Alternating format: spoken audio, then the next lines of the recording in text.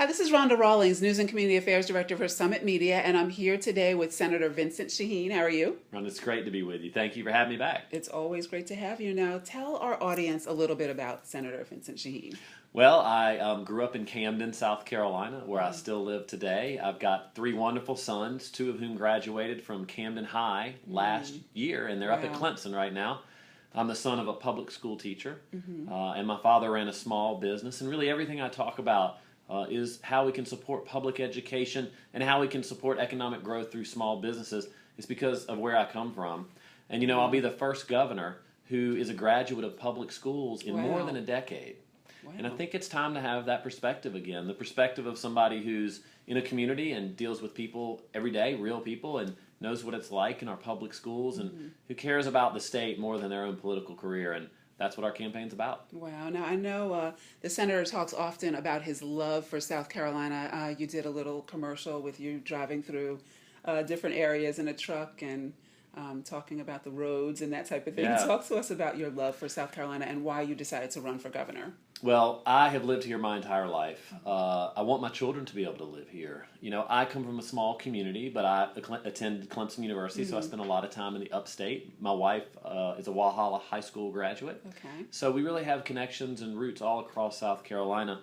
And I think as somebody who's lived here and loves the state, what frustrates me most is that we have this image nationally of leaders who are corrupt, who embarrass us, of living in the past instead of in the future. And we lose more of our young people than almost any other state in the Southeast.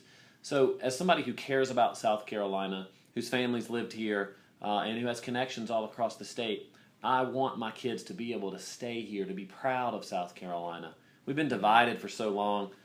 We've been stuck in the past for too long. And this campaign is really about how to unite the state and how to move South Carolina forward, how to support public education, bring our Medicaid tax dollars to South Carolina, all the things that we know we need to do, but our leaders just haven't done. Right, and you brought up the issue of education and public education. Talk to us about how you think we can improve on what South Carolina has already done as far as education is concerned.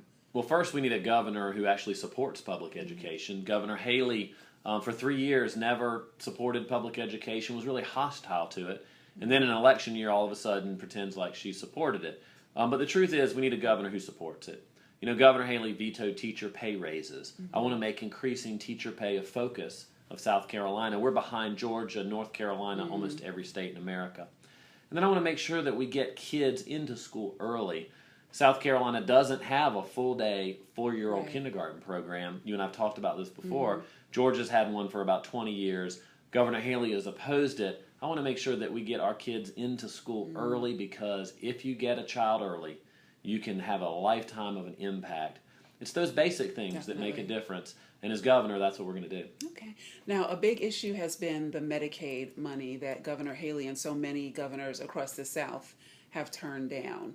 I know we have a chance that we can get that money again. Do you think that will be helpful? Are you for that, against it? Well, we will get our Medicaid money into South Carolina. I'm running for governor to make changes, and that's one of the changes that we're going to see. Governor Haley has blocked, at this point, $11 billion of our own Medicaid dollars from ever coming here into South Carolina. And that's money that would help insure 300,000 South Carolinians. Right. That's a lot of people who right now show up in the emergency room because they don't have access to health care. That money would create 44,000 new jobs.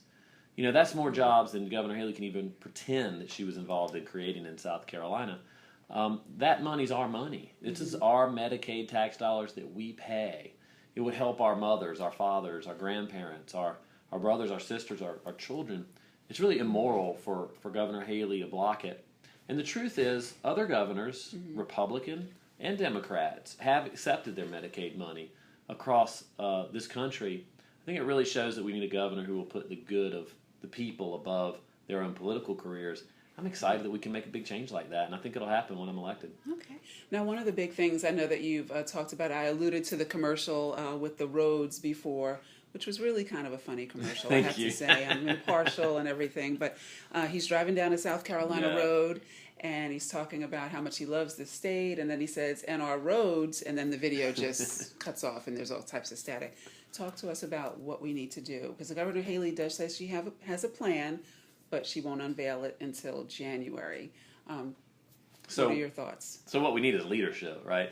Having a governor like Haley who says she has a plan, but it's secret and she won't tell us till January doesn't do us a lot of good, because in January she won't be the governor. We'll have a new governor. In that commercial, I'm in my truck. I have a truck that I use around town, and we were driving out on a country road, and it was a country road in my county, in my Senate district. It's real, that has terrible problems, and I was there for a reason, because I wanted to be able to convey to the state that this is what is actually going on. Hey, but the truth is everybody knows it, because our roads are pretty bad all across South Carolina. I unveiled a 3-part road plan that would really rebuild the roads and start very quickly. Number one, we would combine the road building agencies we have. We have 2 that set policy and finance it into one, so that we could use all of our money to put in the ground and not to pay bureaucrats and people in offices. Number 2, we would focus on fixing the roads instead of building new ones. So that might mean widening an interstate, or it might mean repairing a road that has giant holes in it. But before we build, other roads, we should focus on fixing the ones we have. And then we need to put some more money in the system. So I've proposed issuing $1.2 billion in road bonds. Traditionally, we use bonding to build asset and infrastructure. We have the capacity to do it. I want to jumpstart it. And then, we need to be creative.